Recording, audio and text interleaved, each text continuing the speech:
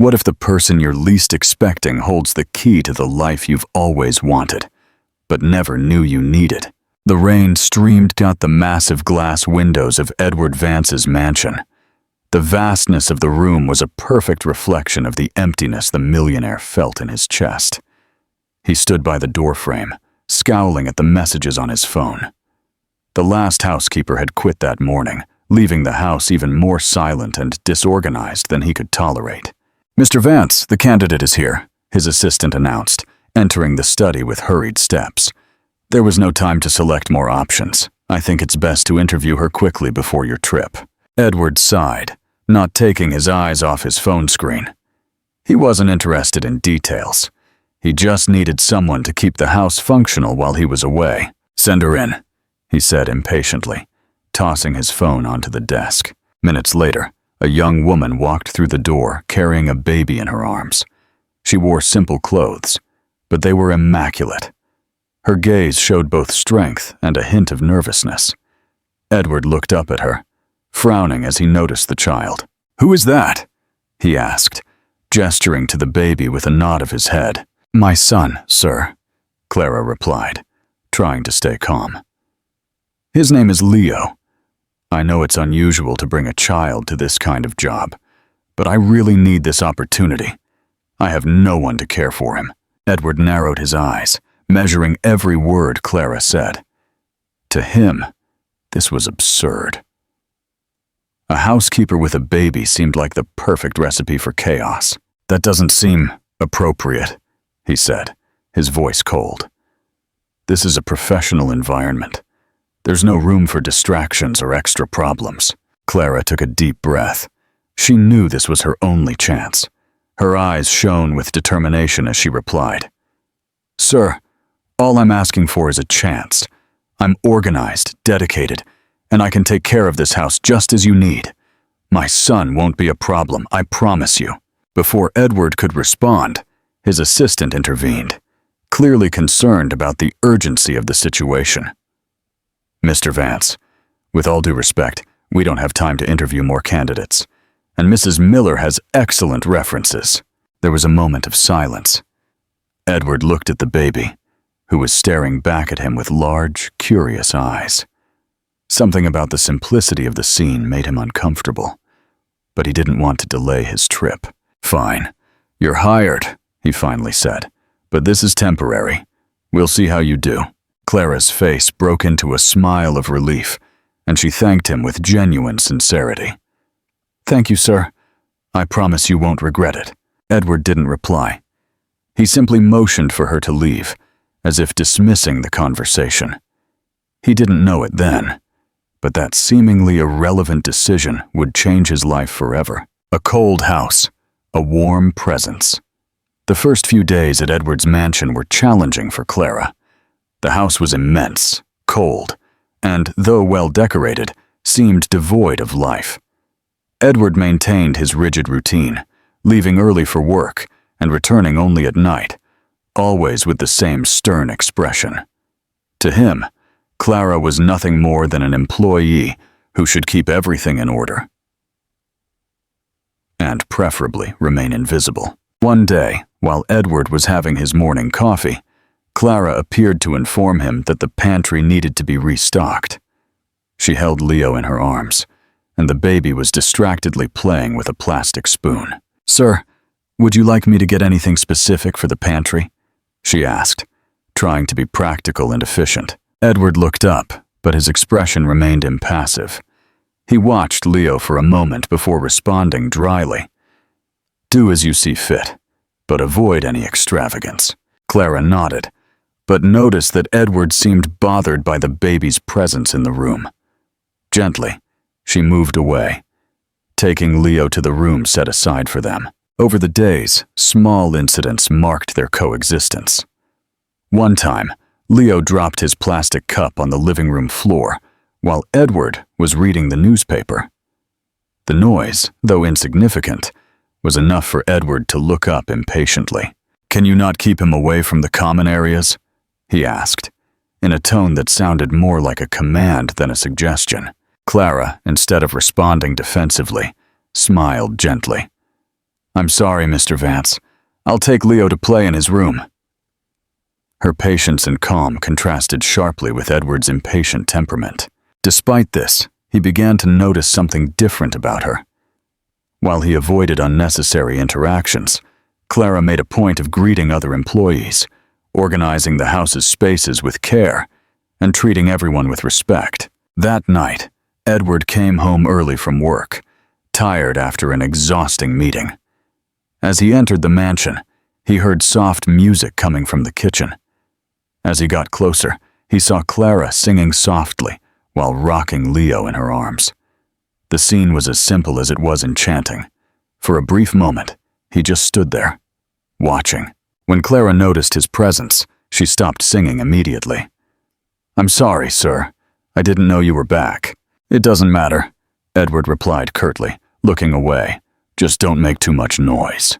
Clara nodded, but something in Edward's tone seemed less rigid than usual. That night, in his study, Edward reflected for a few moments. As much as he didn't want to admit it, something was different since Clara and Leo arrived. The mansion no longer seemed so empty, and the absolute silence he once cherished now felt less comfortable.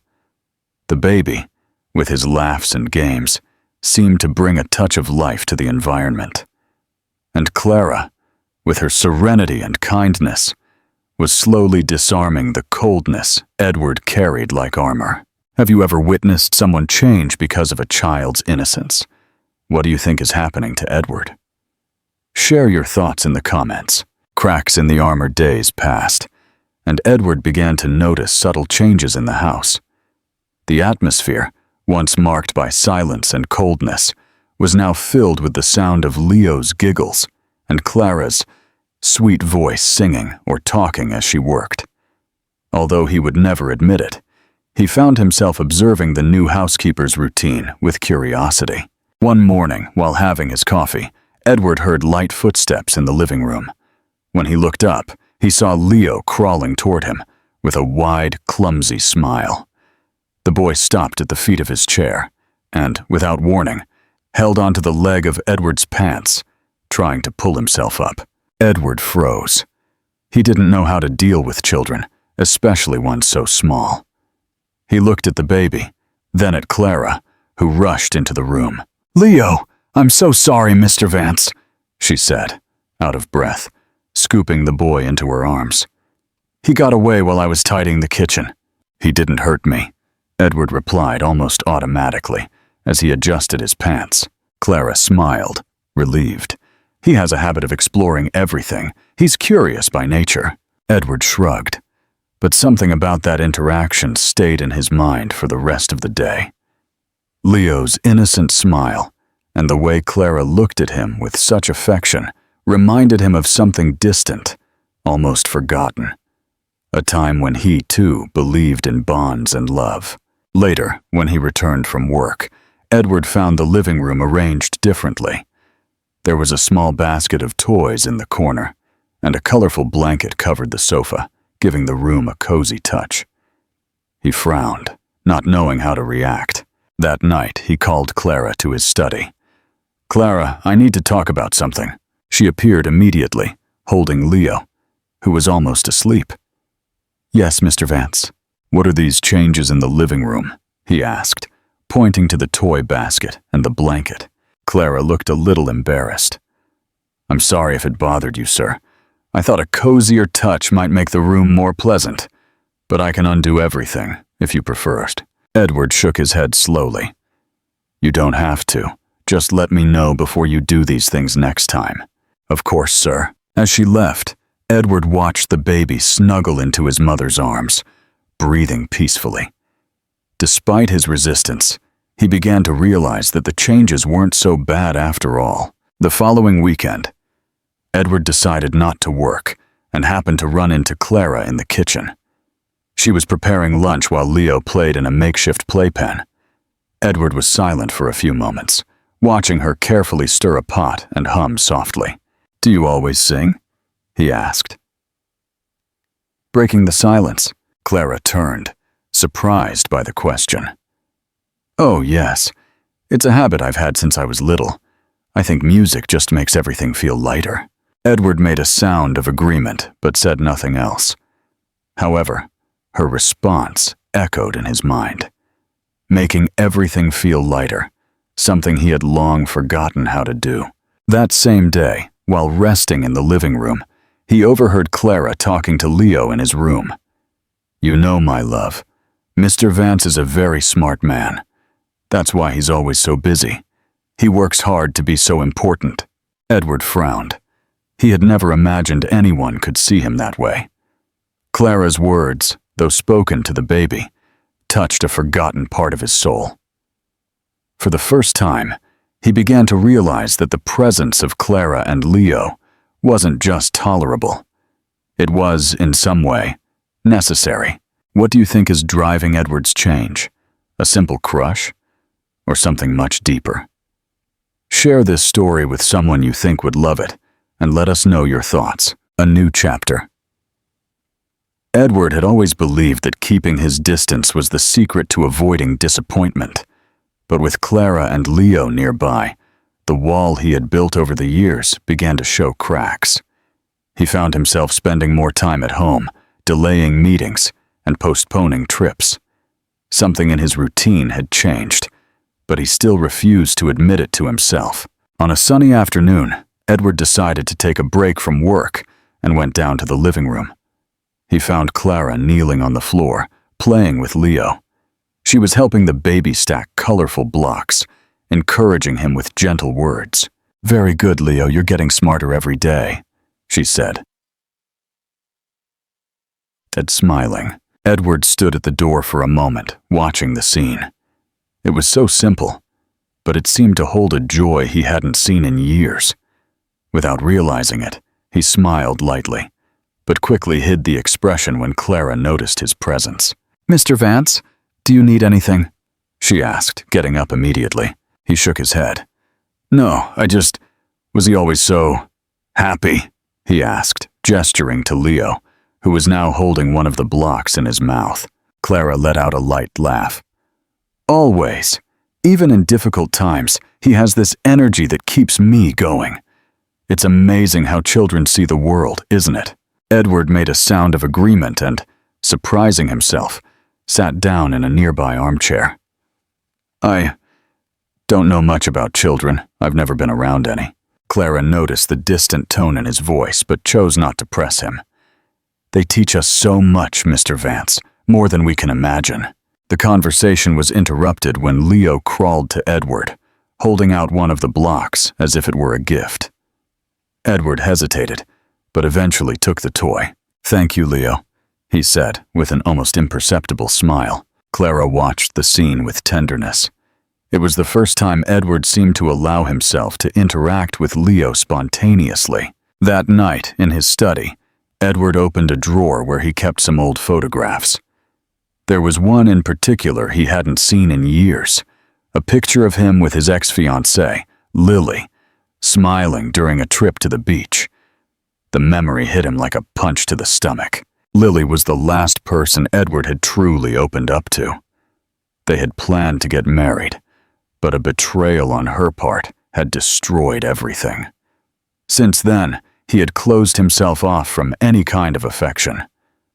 "I don't need anyone," he had repeated to himself like a mantra since that day.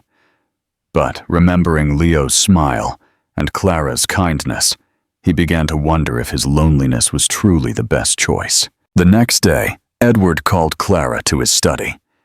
She entered with a curious expression, holding Leo, who was playing with a stuffed animal. "I need to know something," he began, getting straight to the point. "Why did you come to work here? I mean, you seemed nervous when you arrived, but you've never complained about anything." Clara looked at Leo as if seeking courage. I was desperate, Mr. Vance. When my husband abandoned us, I was left without a home and without money. This was the only opportunity I found to start over." There was an uncomfortable silence. Edward hadn't expected such sincerity. "I understand. Sometimes life forces us to make difficult choices," he said, almost as if he were talking to himself. Clara nodded, but smiled lightly. Yes, but I also believe that good things can come from those difficult moments. Edward didn't reply, but he was thoughtful. For the first time in years, he felt he was in front of someone who understood the pain of the past without judging him. Are you ready to see a cold heart melt? Don't forget to like this video and subscribe to the channel for more stories that will touch your heart. The beginning of a new life. The sound of rain against the windows created a soft melody that night. Edward was in the living room, looking at the lit fireplace. He couldn't concentrate on the contracts and reports on his desk. Something inside him felt restless, as if he were facing a change he didn't know how to handle. Clara entered the room carrying a tray with tea and some slices of cake. "I brought you some. I thought you might need a break," she said, with her usual calm smile. Edward looked up at her, and for a moment he was silent. The simplicity of the gesture touched him more than he expected. "Thank you, Clara. You really are different," he said, in a tone that mixed admiration and curiosity. She sat in a nearby armchair while Leo slept in his room. "Different how?" she asked, laughing. "I don't know, I guess. You have a way of seeing the world that's so opposite to mine. I've always seen things as problems to be solved. While you find beauty even in difficulties." Clara looked at him with tenderness. "I think life is already complicated enough. If we don't try to see the small good things, we end up losing what's really important." Edward was silent, reflecting on her words. He knew Clara had gone through difficulties, but still, she managed to maintain a genuine optimism. "What about you, Mr. Vance? What made you this way?" she risked, choosing her words carefully. He looked at the fireplace for a few seconds before answering. "I used to be different. Lighter, maybe. But life wasn't generous to me. I lost important people, and that made me cautious. I built these walls around me because it was easier than dealing with the pain." Clara looked at him with an understanding gaze, but said nothing. Edward appreciated her silence, which seemed more welcoming than any words. In the following days, Edward began to break his usual routine. He spent more time in the garden, now in the company of Clara and Leo, and even put aside some commitments to have dinner with them. The house, once cold and lonely, was transforming into a home. One evening, Edward found Leo crawling down the hallway toward his study. He knelt and picked up the baby, who began to laugh as he tugged on his tie. "You're persistent, huh?" he joked, as he walked back to Clara's room. When he arrived, he found Clara folding clothes. "Look who decided to escape," Edward said, handing Leo to her. Clara laughed, thanking him. "He loves to explore. I think he has the spirit of an adventurer." Edward stood there for a moment, watching Clara with Leo. It was a simple scene, but full of meaning. "You're a good mother, Clara," he said, with sincerity. She looked at him, surprised and moved. "Thank you, Mr. Vance. That means a lot to me." "Please stop calling me Mr. Vance. Just Edward is fine," he said, with a small smile. Clara nodded, not hiding the shine in her eyes. "Okay, Edward." Later, Edward reflected on how everything was changing. He wasn't sure what he was feeling, but the presence of Clara and Leo seemed to fill a void he had been carrying for years. For the first time in a long time, he felt alive. As he walked down the hallway, he heard Clara singing a lullaby to Leo. He stopped near the door, making no sound, just to listen. Her voice was gentle, and each note seemed to warm something inside him. That night, before he went to sleep, Edward found himself smiling. He didn't know what the future held, but he knew that, for the first time in years, he was willing to open his heart. A new family. The days that followed were marked by a different feeling for Edward. He began to feel that his life was taking a turn he never would have imagined before Clara and Leo entered his home. Loneliness, which had been his only companion for so long, now seemed distant, replaced by the lightness of Leo's laughter and the simple, sincere conversations with Clara. One afternoon, in his study, he felt a growing need to talk to her, something he could no longer ignore. A feeling that his life had changed in a profound and irreversible way. Clara entered the study, carrying a basket of fruit. "Leo was hungry," she explained, placing the basket on the desk. "I thought you might want a snack while you work." Edward looked at her for a moment, hesitating, before getting up from his chair. "Clara, I need to talk to you." She watched, surprised by the seriousness in his voice. "Of course, what's wrong?"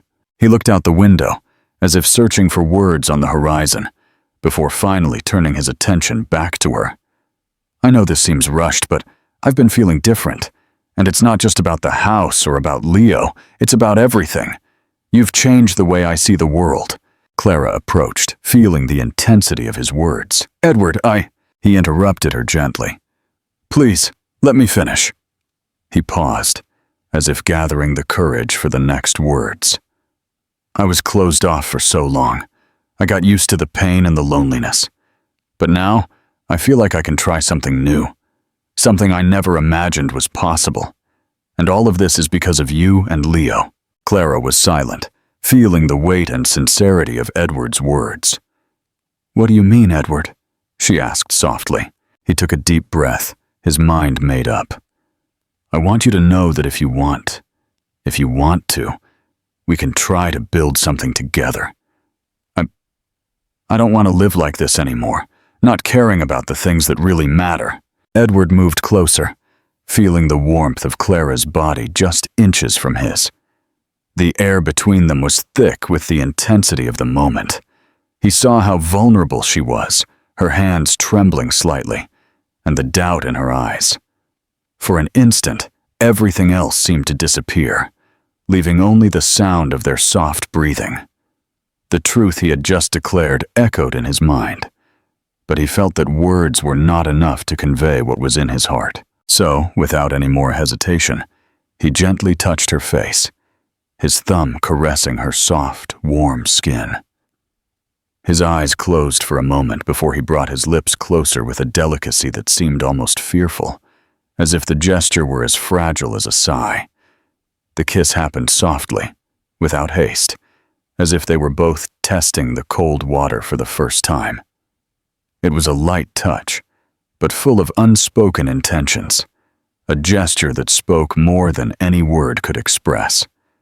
Clara gave herself to the moment, feeling her breath align with his, as if time had stretched and gotten lost in the space between them. The taste of Edward was unexpectedly sweet, and when he pulled away, his eyes opened slowly, seeking hers. He saw something new in them, something he didn't expect, a silent acceptance, but full of hope. She didn't need to say anything. What they both felt was now clear, and the future that was opening up before them already seemed more promising than either of them could have imagined. The emotion between them seemed almost palpable. Clara looked at him, her heart beating faster. She knew Edward wasn't just offering a new beginning for himself, but for the two of them. And as cautious as she was, a part of her heart believed that he was being genuine. "Edward," she began, her voice soft but full of emotion. "I can't promise anything, but I believe we all deserve a chance to be happy, even after so much suffering. If you're willing to try, I am too." Edward smiled, a genuine, hopeful smile, something he hadn't felt in many years. In the following days, Edward's house became even more full of life. Clara and Leo, who had already brought joy to the environment, were now a constant presence in his heart every morning. As Clara prepared coffee, Edward entered the kitchen and found her smiling at Leo, who was eating his first solid foods. He approached her without saying a word, just holding out his hand. She looked at him, and without hesitation, she put her hand in his, feeling the mutual trust that was beginning to grow between them. "I'm so happy we gave this a chance, Clara," he said, his voice gentle and full of gratitude. She smiled, looking into his eyes. "Me too. I think life has a way of surprising us when we least expect it." Edward looked at the baby, now playing with toys on the floor. And you, Leo, are going to have a life full of love. That's what matters most. Clara approached him, putting her hand on Edward's shoulder. Now is our new beginning, Edward. And this is just the start of a beautiful journey. The house was now filled with a peace that Edward never imagined was possible. Time seemed to move differently. Each day with Clara and Leo made him feel as if he were rediscovering what truly mattered in life. He had distanced himself from many things over the years, building a wall around his heart. But now everything seemed simpler, clearer. Clara, with her quiet kindness, and Leo, with his enchanting innocence, had brought the lightness he so desperately needed. One afternoon, Edward went to his study to review some papers, but his thoughts were far away. He was lost in recent memories. Leo's laughter, the afternoons in the garden, the deep conversations with Clara. He never knew his life could have so much meaning. He had convinced himself that his happiness would depend only on success. But now he knew that true happiness was built with love and real connections. Clara entered the study, bringing him a cup of coffee. "Were you needing this?"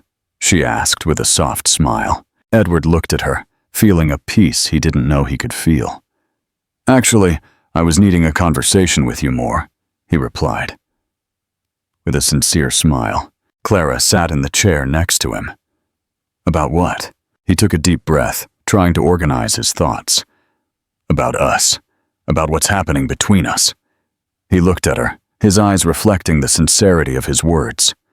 "Clara, you brought me something I didn't know was lost.